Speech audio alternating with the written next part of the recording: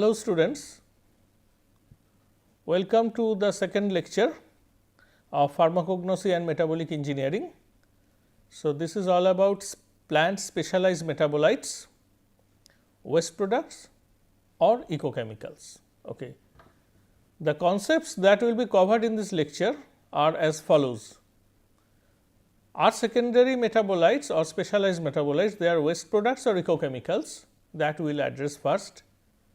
And then we will see that how these specialized metabolites are induced. We will later see how what are the interspecific features and intraspecific features of specialized metabolites. Next we will see that how these specialized metabolites differ from primary metabolites in terms of concept and reaction dynamics. And finally, we will end showing you the origin of specialized metabolites from primary metabolism. So, as I said before also that plants are sessile. So, they survive in this hostile environment. When they are under attack, they cannot run away. So, they have to withstand all sort of stresses. So, which including both physical as well as biotic stresses.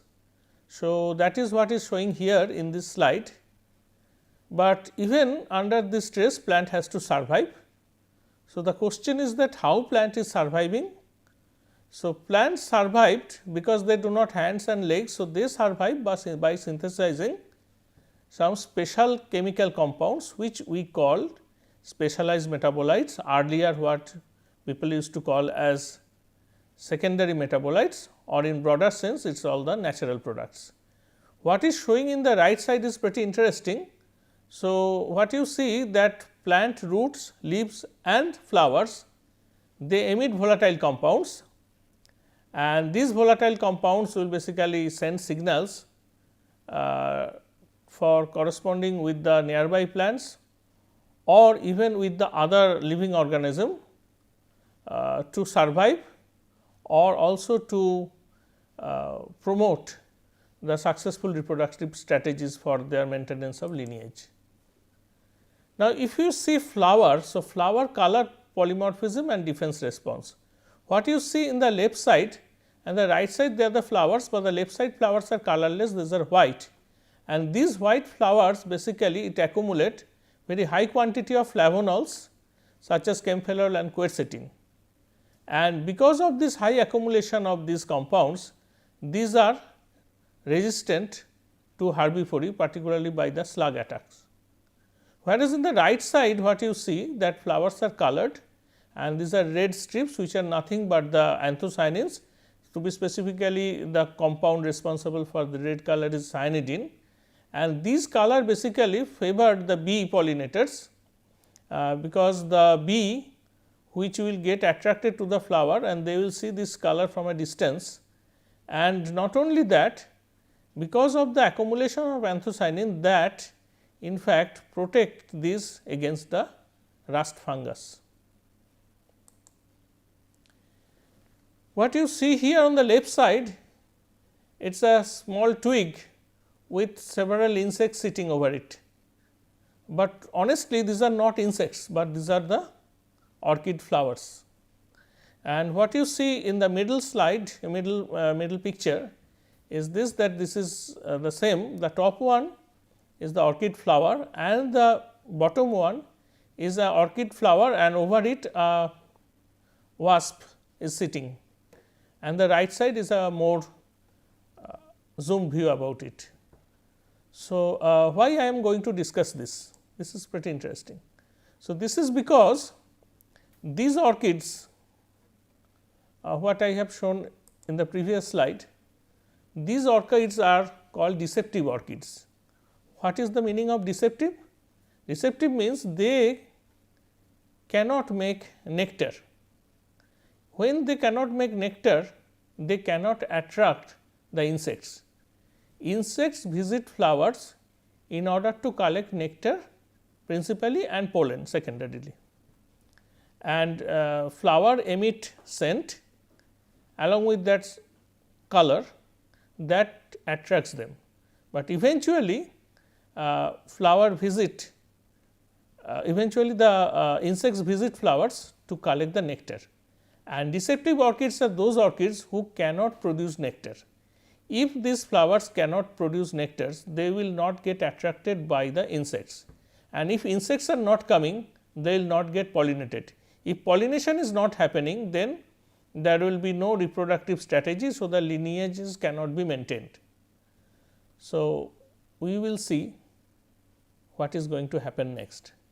Even this you see in the middle of it that an insect, particularly a wasp, is coming and sitting over the flower. So, what drives them to come? So, what is showing here is basically the male wasp, this is Andrina, which is basically moving towards the flower of rice. So, why they are attracting, that is the question. The first interesting point is that if you have seen the previous slide, the orchid flowers looks like insect itself. So, actually they are looking more like the female insect, and these are the male insects which are attracting towards the female.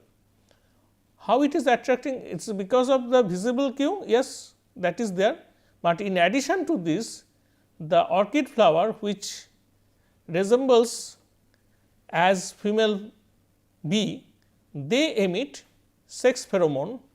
So, that pheromone is a volatile compounds, and that is getting sensed by the antenna of the male insect, and that drives them to go there, and then there they try to search their partner. They do not find, and while searching so they are able to pollinate the flower. And how scientists found this, and what are the chemical compounds basically responsible in the pheromone complex to attract the male insects towards the flower, that all can be determined by gas chromatography, electroantenography techniques, what is showing here schematically.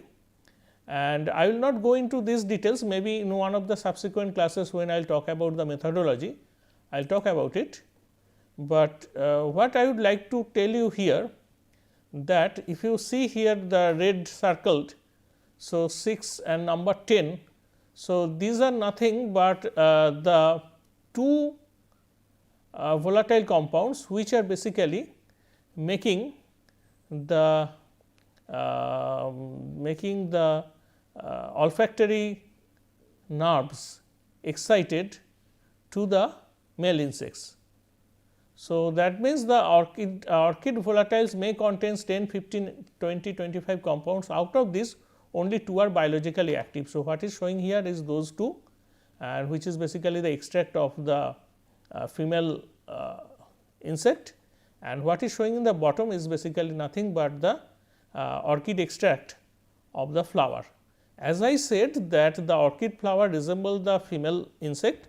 So, female insect emit pheromone. So, this is the composition of that, and the bottom one is the composition of the orchid volatile which resembling the pheromone, and it contains those 2 biological active compounds which are trichosan and pentocosan. So, this belongs to this fatty acid aliphatic compounds. Okay. And so, that is how pollination happened. Now, the next one which I would like to attract your attention to go to this one, particularly scent release pre-pollination and post-pollination. So, before pollination orchid emits scent, and that volatiles, say it is female pheromones mostly. So, that will help them to attract. So, once the orchid visit the flowers, try to find out the female partners, they do not find, but in due course they pollinate the flowers. After that pollination happened. So, pollination happened means this leads to successful fertilization and then seed setting. So, at that stage orchid flower does not want the insect to visit its flower once again, because otherwise then that may lead to some what we call miscarriage. So, that is not desirable. So, that is why they emit an entirely different set of compounds. So, one such is the trans farnesyl hexanoate. So, these act as a repellent.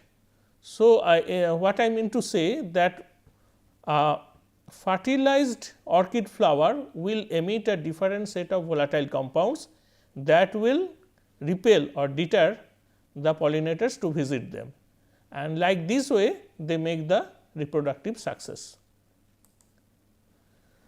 So, now comes to the dilemma, primary or specialized. So, maybe you people students, you read in earlier classes somewhere in your class 2 level or even at the class 10 level or in the UG level, that these secondary metabolites are only specific compounds like alkaloids mostly, then phenolics and so on so. But how? But what I am going to show you here, say this gibberellin, abscisic acid, these are plant hormones, brasinosteroid, a new class of plant hormones. These are chemically belongs to diterpenoid groups or sesquiterpenoid group or triterpenoid groups. So, sesquiterpenoids are C15 compounds, diterpenoids are C20 compounds, triterpenoids are C30 compounds. Okay. Now, when we talk about the terpenoids, classically it belongs to specialized metabolites. But again, if you see the function of gibberellin, abscisic acid, brasinosteroids, their function is basically to promote plant growth and development. When we talk about that, so that is the function, primary function. So, what we call them? Whether we call them as specialized metabolites or primary metabolites, here lies the dilemma. Similarly, the carotenoids, synthesis is a tetraterpenoids. So, they plays important role in photoprotection. Okay. So, that is again a primary function. And finally, if you see salicylic acid, that belongs to benzoate. So, benzoate broadly it comes under specialized metabolites, but salicylate acts as a stress signal. So, that is a pretty subject for studying the primary metabolism. Now, if you see these two compounds which attain primary and secondary both functions, a good example is lignin. Okay. So, lignin, the one of the main primary function is basically strengthening the cell wall, so that the plants grow well, but its another function is basically chemical defense. So, when plants are under attack, when there is certain woundings, you will see the synthesis of lignin component enhanced, that in turn will basically block or in turn repair the wounding site and stop the entering of the invading pathogens or insects. Okay. Now, cannavanine. Cannavanine is something new Greek to you. So, that is why in the next slide I will mention about that. So, cannavanine, the question is that whether we will say it as chemical defense, whether it plays a role in chemical defense or it plays important role as seed nitrogen storage. So, cannavanine is basically arginine analog, it is arginine antimetabolite, apparently toxic. So, it is accumulated in the seeds of a particular legume plant which is called jack bean, or in scientific name it is called Cannavallia ensiformis. So, in the jack bean seeds, this cannavanine may account for more than 50% of the storage nitrogen. Seeds store nitrogen, and nitrogen is required later when the seeds started germinating. It has to run very active metabolism, where nitrogen needs to be utilized for basically pushing the primary metabolism leading to a successful germination. So, a plant physiologist will call it as a nitrogen storage compound. So, this has a primary role, but an ecologist, what they will see that this cannavanine basically protects the plant against predator. So, that means the predators will not basically come and eat these beans, because they know that it contains a very toxic compounds that eventually will kill them. So, it is a defense compound. So, what you will say? Will you say it is a primary metabolite or it is a specialized metabolite? Sometimes making distinction is difficult, but what we need to know, that we need to analyze from the survival of the plant, these compounds are required. say it may serve as a primary function, and it also serve as a specialized function for the survival. Now, next question comes, when you say if it is the specialized metabolites, how they function as defense compounds. What you see in this cartoon picture, the first one, it is a plant cell which accumulates metabolites, in a loose term we call poison. Okay. An insect, it has come, it attacked. It thought that it contains something interesting for the insect to use it as a food, but when they attack it, what we see here, that it releases certain toxic chemical compounds, and that eventually kill the insects. So, then the other insects who are there in the vicinity, when they saw this, they will ever dare to come to touch the plant again, because this plant is producing poison or specialized metabolite. Now, this is called constitutive accumulation. That means, the plant is programmed in such a way, as the plant develops, it started accumulating the constitutive compounds, okay, and that accumulation is required for its survival. Okay. Now, the human being, sometimes we find that these poisonous compounds are useful for making medicines, specialized drugs. So, that of course, we will talk in the subsequent classes. Okay. Any alkaloid producing plant, you can say under constitutive accumulation, say the famous Catharanthus roseus or Vinca rosea, what we call Sadabahar in local language. So, that accumulate lot of alkaloids. So, that is a good example of that. Even you see the tropane alkaloids, the Atropa belladonna plant. So, that accumulates tropane alkaloids. Those are all constitutive, because those plants develop, they start synthesizing these alkaloids. But here one point I would like to mention here, particularly from the point of cinchona. You all might have heard about cinchona plant, which produces quinine. Now, cinchona plants producing quinine as well as cinchonaphyllin type of alkaloids. Now, when the seeds germinate, the young seedlings are very prone to certain herbivore attack. So, but the seedlings has to survive. So, at that point of time, they start synthesizing cinchophyllin. So, that cinchophyllin will act as a toxic for one group of insects, so that the young cinchona seedlings can survive, and once the seedlings started growing into young plants, then they started synthesizing quinine alkaloids. So, the quinine alkaloids again in turn will protect the plants from another set of herbivores. So, this is how very nicely the alkaloids synthesis and accumulation are basically programmed with the plant growth and development. Now, come to the second part.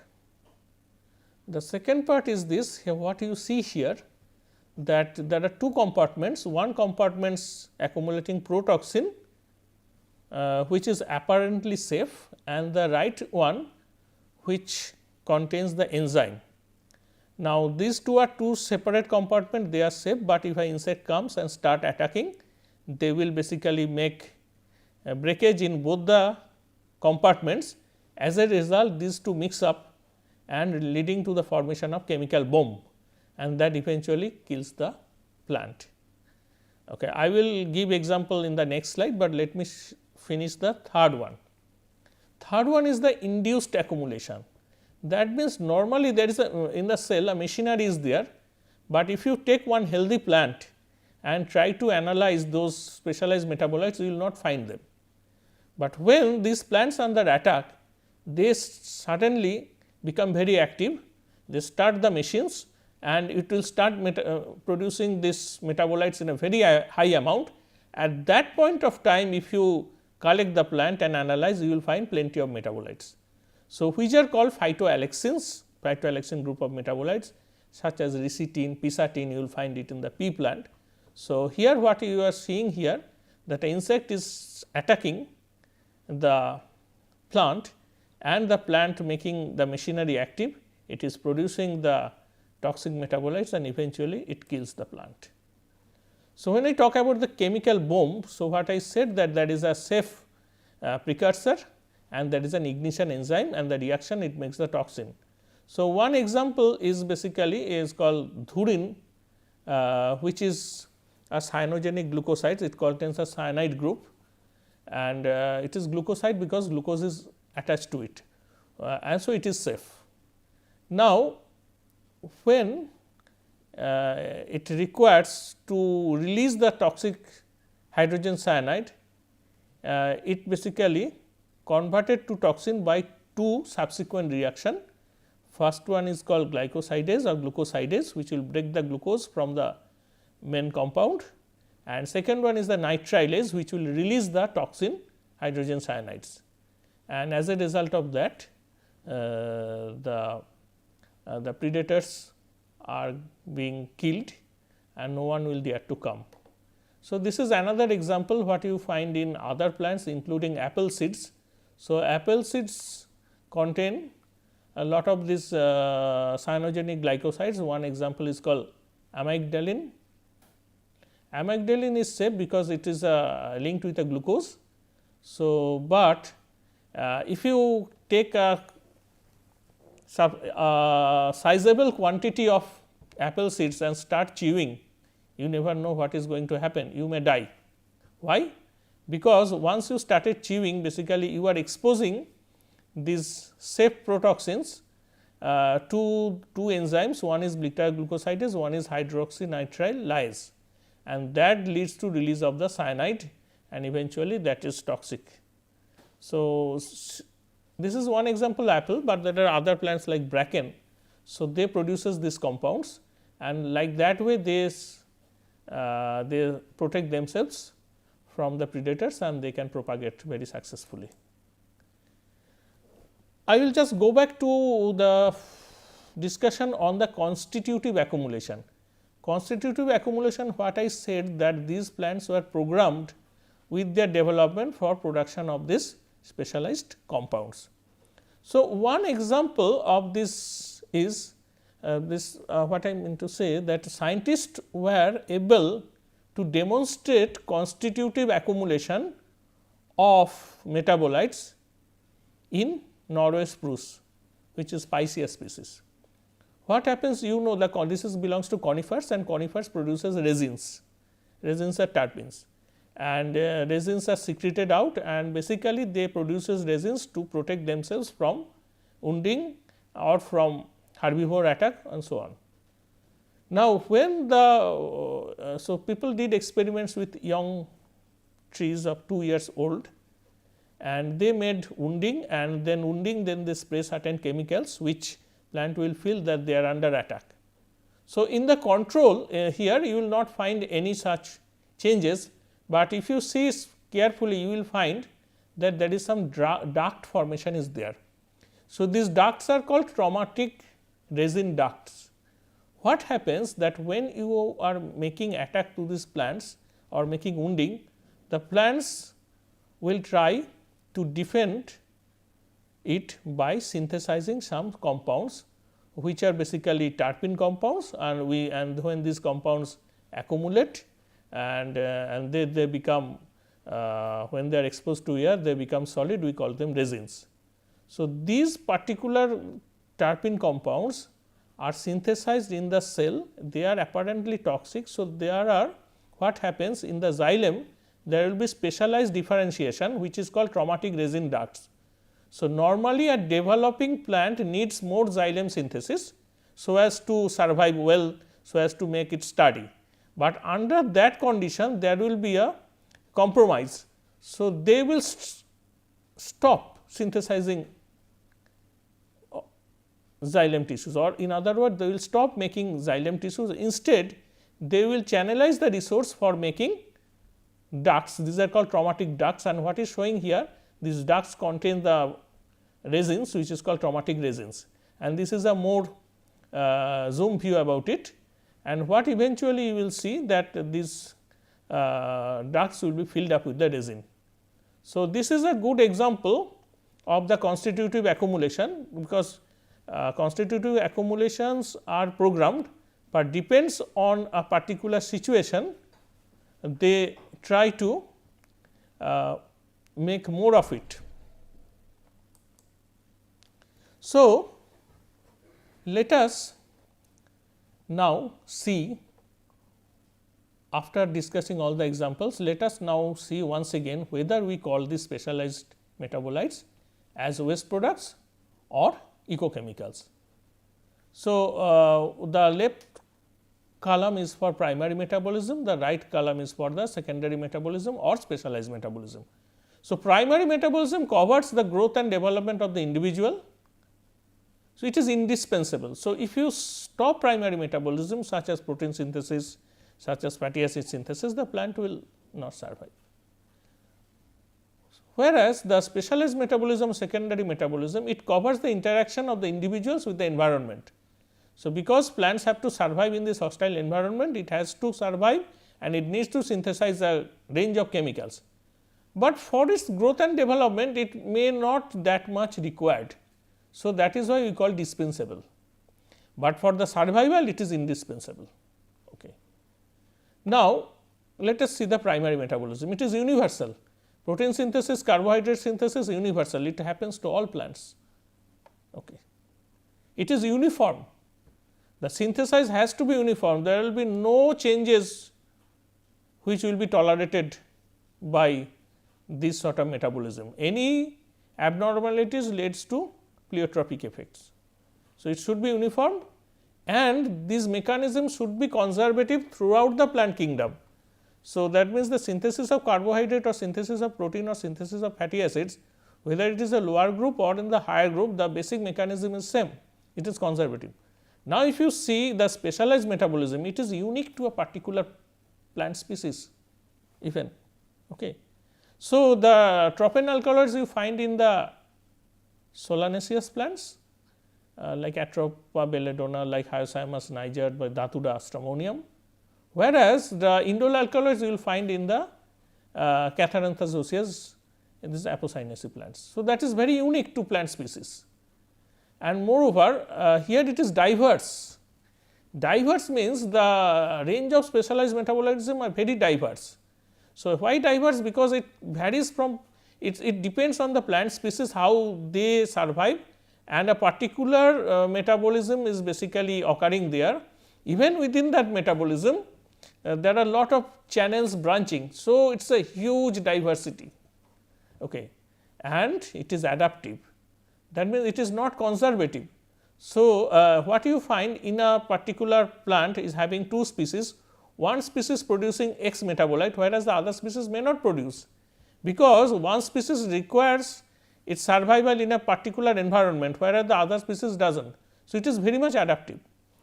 Now, let us see the enzyme activity. Primary metabolism is very fast, it needs for its growth and development. So, there is a high enzyme activity, there is a high turnover, and of course, when metabolism produce sufficient amount of primary metabolites, there will be feedback regulation, there is no more required.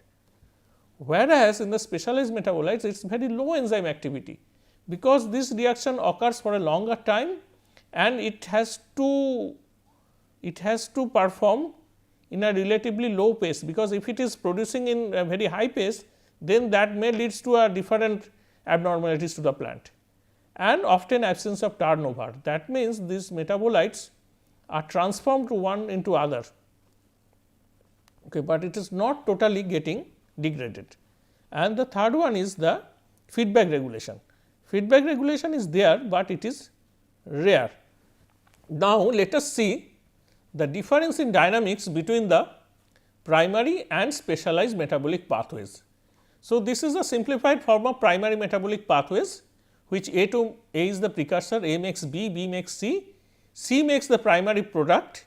That product may be stored for some time, and the stored product may again get back to its active form, and that helps in the synthesis of macromolecules such as carbohydrate, fat or proteins.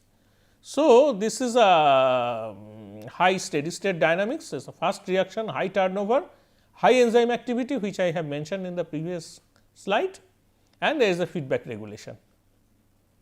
Whereas, in case of specialized pathways, you see A is the precursor, it makes intermediate B, C, and then P is the primary product or the key intermediates. But this is not the primary product, means that this is the primary specialized metabolite product or the key product. So, these P once produced, it will undergo transformation like P1, P2, P3, P4, P5. Okay. And these transformed products later will be transported to the specialized compartment for its accumulation. So, when I mention about a glycoside, so P is a compound without any glucose addition. Transformation means there adds a glucose molecule, it forms a glycoside, and once it formed, then that will be transported into the vacuole and stored there. So, it is a low steady state dynamics, often absence of turnover, low enzyme activity and rarely feedback regulation, which we will see in the next course of slides. So, here is one example of alkaloid senecio N oxide that is produced in a plant called senecio or ragweed. So, that is a that basically produces by the ragweed plant to protect itself from the predator attack, from the herbivore attack. And what you see with the time of plant development, there will be transformation of these alkaloids, but the total amount of alkaloids present, if it is 100% at day 3 and day 29, when the plant is pretty mature, it is almost recovered as 97%. That means that there is no true turnover, but what happens basically the diversification and allocation. What I have said that it is diverse, very diverse. Now, the chemical diversity again can be mentioned here. This is with the phenolic compound. So, phenolic compound, this is the P. So, P undergoes transformation, different sort of transformation, activation of hydroxycinnamic acids through the addition of CoA. Sometimes it may be the C3 compounds may undergo cleavage, it makes the benzenoid compounds. There are plenty of transformations. So, what is showing here about the different transformed products which are formed from the core specialized product. Of course, when we will come to this particular metabolism and metabolic engineering, we will discuss in details.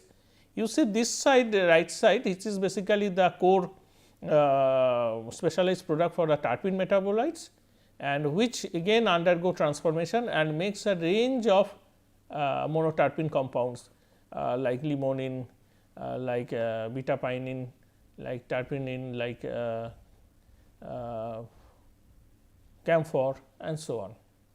So, this is just to tell that high diverse is the specialized metabolites, but it all start from a single major specialized compound, then it undergoes transformation. So, let us see the intraspecific features then. So, how we define this specialized metabolism? What we say that biosynthesis is specifically integrated into the developmental program of the plant, which I have told you. So, that means it is defined in space. That means these specialized metabolites are restricted sometimes to particular cell, tissues or organs. For example, the toxic vinca alkaloids from Catharanthus roseus or vinca rosea. So, they are the metabolites, it accumulate in very specialized cells, which is called latecifer cells. That means the latex producing cells. There these metabolites are stored in the latex, because they are so toxic, if they are stored in other tissues, then it will damage the plant itself. And second one is that it is restricted to a particular stage of development. I have mentioned about the cinchona alkaloid, that it produces two type of alkaloids, syncophilin and quinine. So, syncophilin you find in the early stage of plant development, whereas quinine you find in the late stage of plant development, that too for catering particular function. Another example is the mint plant. Mint plant produce menthol, you all know, but when mint plant started growing, it is not producing menthol. It first produced menthone, and after several weeks that menthone got converted into menthol. So, it is restricted with the time, which is called temporal accumulation. And next important point is the turnover, which I have discussed. Turnover is very less. Degradation. Degradation means that a metabolite, a specialized metabolite may undergo transformation, and as a result of transformation it may lose some of its functional group or side chain. So, that sometimes we call it degradation. Conversion, that is converting an aldehyde to an alcohol or aldehyde to an acid is conversion, or sometimes a glycone to a glucoside is conversion.